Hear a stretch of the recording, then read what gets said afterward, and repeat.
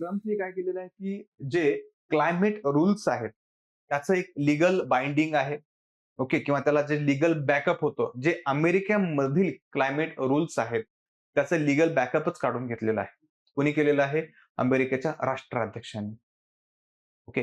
आता याच्यामुळे काय होणार? लक्षात घ्या. याच्यामुळे काय होणार? ज्यांनी केलेलं आहे president Donald Trump has revoked a landmark scientific finding underpinning US regulation to the curb planet warming pollution.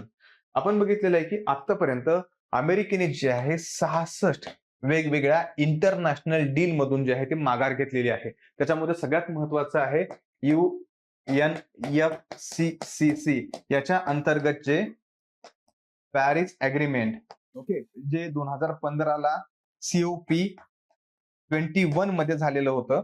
हे पॅरिस अग्रीमेंट याच्यामधून सुद्धा यांनी माघार घेतलेली आहे आणि याच्यासोबतच UNFCC, ओके, जो की अर्थ रिओ दी जेनेरोला झालेला होता 1992 ला रिओ अर्थ समिट मध्ये, जागतिक वसुंधरा परिषदेमध्ये, त्याच्यामधून सुद्धा त्यांनी माघार घेतलेली आपल्याला आढळते.